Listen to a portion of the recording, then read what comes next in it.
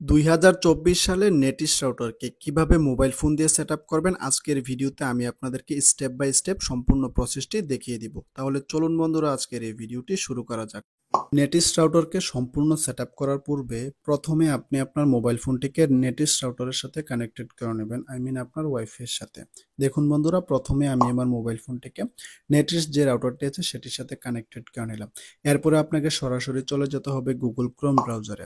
Google Chrome ব্রাউজারে আসার পর প্রথমে আপনারা সার্চ অপশনে নেটিস রাউটারের আইপি অ্যাড্রেসটি লিখে নেবেন। সো বন্ধুরা, একটি নেটিস রাউটারের আইপি অ্যাড্রেস হলো 192.168.1.1। এই আইপি অ্যাড্রেসটি লিখে প্রথমে আপনারা সার্চ করবেন। সার্চ করার পর নেটিসের যে নতুন মডেলের রাউটারগুলো আছে সেই রাউটারগুলোতে এইরকম একটি ইন্টারফেস চলে আসবে। এখানে আপনারা আসলে দেখবেন ওয়েলকাম টু নেটিস রাউটার বলে এরকম একটি ইন্টারফেস। এরপরে আপনারা এখান থেকে নিচে স্টার্ট বলে একটি অপশন দেখতে পাবেন। এরপর আপনারা এখান থেকে স্টার্ট অপশনে টাচ করে দিবেন। টাচ করার পর আপনাদের সামনে এরকম একটি ইন্টারফেস চলে আসবে। এখানে আপনারা আসলে দেখতে পাবেন ইন্টারনেট কানেকশন টাইপ বলে একটি অপশন, এর নিচে ডিএইচসিপি সিলেক্ট করা আছে। প্রথমে আপনারা আপনাদের ইন্টারনেট কোম্পানি থেকে দেওয়া কানেকশন টাইপটিকে সিলেক্ট করে নেবেন ডিএইচসিপি অপশনে টাচ করে। আপনার আইএসপি যদি আপনাকে পিপিপিওই তে দিয়ে থাকে তাহলে পিপিপিওই সিলেক্ট করবেন। যেই কানেকশনে আপনাকে ইন্টারনেট দিচ্ছে আপনার ইন্টারনেট কোম্পানি সেটি সিলেক্ট করে নেবেন এখান থেকে এসে। আমার আইএসপি আমাকে পিপিপিওই তে দিচ্ছে, সেজন্য আমি পিপিপিওই এটিকে সিলেক্ট করে নিলাম। সিলেক্ট করার পর আপনাদের সামনে এখানে দুটি অপশন চলে আসবে। প্রথমে আইএসপি ইউজার নেম এবং আইএসপি পাসওয়ার্ড। এখানে কিন্তু আপনাকে অবশ্যই আপনার আইএসপি থেকে দেওয়া ইউজার নেম এবং পাসওয়ার্ডটি কিন্তু আপনাকে সঠিকভাবে বসাতে হবে। যদি আপনি এখানে ভুল করে ফেলেন সেক্ষেত্রে কিন্তু আপনার ইন্টারনেট আসবে না। অবশ্যই আপনার এখানে সঠিক ইউজার নেম, সঠিক পাসওয়ার্ডটি আপনাকে বসাতে হবে। দেখুন বন্ধুরা, আমি আইএসপি ইউজার নেম এবং আইএসপি পাসওয়ার্ডটি আমি সঠিকভাবে বসিয়ে নিচে নেক্সট অপশনে টাচ করে দিলাম। নেক্সট অপশনে টাচ করার পর আপনাদের সামনে এইরকম একটি ইন্টারফেস চলে আসবে। এখানে আসলে আপনারা দেখতে পাবেন start setting up wifi name and password বলে এরকম একটি ইন্টারফেস দেখতে পাবেন। এরপরে নিচে ওয়্যারলেস নেটওয়ার্ক নেম, এরপরে নিচে দেখতে পাবেন আপনার যে নেটিস রাউটারের যে ডিফল্ট নামটি ছিল সেটি দেখতে পাবেন। এখানে আপনাকে আপনার ওয়াইফাই এর একটি নাম দিতে হবে। এখানে আপনার ইচ্ছে মতো যে কোনো একটি নাম বসিয়ে দিতে পারেন, কোনো সমস্যা নেই। দেখুন বন্ধুরা, আমি আমার ইউটিউব চ্যানেলের নামটি এখানে প্রথমেই ওয়াইফাই নেম হিসেবে বসিয়ে দিলাম। বসানোর পর এরপর আপনারা নিচে দেখতে পাবেন ওয়াইফাই পাসওয়ার্ড বলে একটি অপশন। এখানে আপনারা আপনাদের ইচ্ছে মতো যে কোনো একটি 8 ডিজিট থেকে সর্বোচ্চ 63 ডিজিটের একটি পাসওয়ার্ড দিতে পারবেন।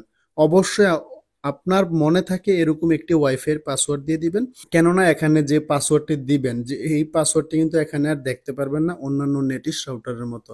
এখানে কিন্তু স্টার স্টার চলে এসেছে। অবশ্যই আপনি যে পাসওয়ার্ডটি দিচ্ছেন সেই পাসওয়ার্ডটিকে খাতায় লিখে রাখবেন, যাতে পরবর্তীতে আপনি আপনার রাউটারের সাথে কানেক্ট করার সময় যাতে আপনি আপনার ওয়াইফাই এর পাসওয়ার্ডটি ভুল না করেন। এরপরে পাসওয়ার্ড বসানোর পর আপনি নিচে দেখতে পাবেন অ্যাডমিন পাসওয়ার্ড বলে একটি অপশন। এরপরে এখানে আপনি আপনার ইচ্ছে মতো একটি অ্যাডমিন পাসওয়ার্ড দিলেও পারেন পরবর্তীতে আপনার রাউটারে লগ ইন করার জন্য। আমি বলবো যে এখানে আপাতত কোনো অ্যাডমিন পাসওয়ার্ড দেওয়ার দরকার নেই। আপনি যখন পরবর্তীতে আপনার রাউটারে লগ ইন করতে যাবেন সেক্ষেত্রে আপনি আপনার ওয়াইফাই এর পাসওয়ার্ডটি দিয়ে আপনি আপনার রাউটারে লগ ইন করতে পারবেন। এরপরে আপনারা সেভ অপশনে টাচ করে দিবেন নিচে।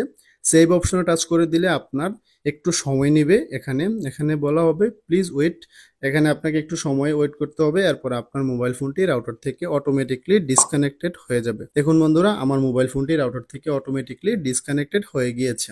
এখন আমি আমার মোবাইল ফোনটিকে আবারও রাউটারের সাথে কানেক্টেড করে নিব যে ওয়াইফাই এর নামটি দিয়েছিলাম সেটির সাথে। প্রথমে আমি আমার ফোনের ওয়াইফাই এর অপশনে চলে আসলাম। আসার পর আগের যে পাসওয়ার্ডটি ছিল সেটিকে প্রথমেই ফরগেট নেটওয়ার্ক করে নিব। দেখুন বন্ধুরা, আমি এখান থেকে ফরগেট নেটওয়ার্ক অপশনে টাচ করে এরপরে ওকে অপশনে টাচ করে দিলাম। টাচ করার পর আমি যে আমার ওয়াইফাই এর যে পাসওয়ার্ডটি দিয়েছিলাম সেই পাসওয়ার্ডটি দিয়ে এখন আমি আমার মোবাইল ফোনটিকে কানেক্টেড করে নিব। দেখুন বন্ধুরা, আমি আমার মোবাইল ফোনটিকে যে পাসওয়ার্ডটি দিয়েছিলাম সেই পাসওয়ার্ডটি দিয়ে কানেক্টেড করে নিলাম। এরপর দেখতে পাবেন আপনার রাউটারে কিন্তু ইন্টারনেট চলে এসেছে। আমি আপনাদেরকে বোঝানোর জন্য আমি ইউটিউবে চলে আসলাম। ইউটিউবে এসে দেখিয়ে দিচ্ছি আমি যে রাউটারটি সেট আপ করছি সেটি দিয়ে নেট চলছে কিনা।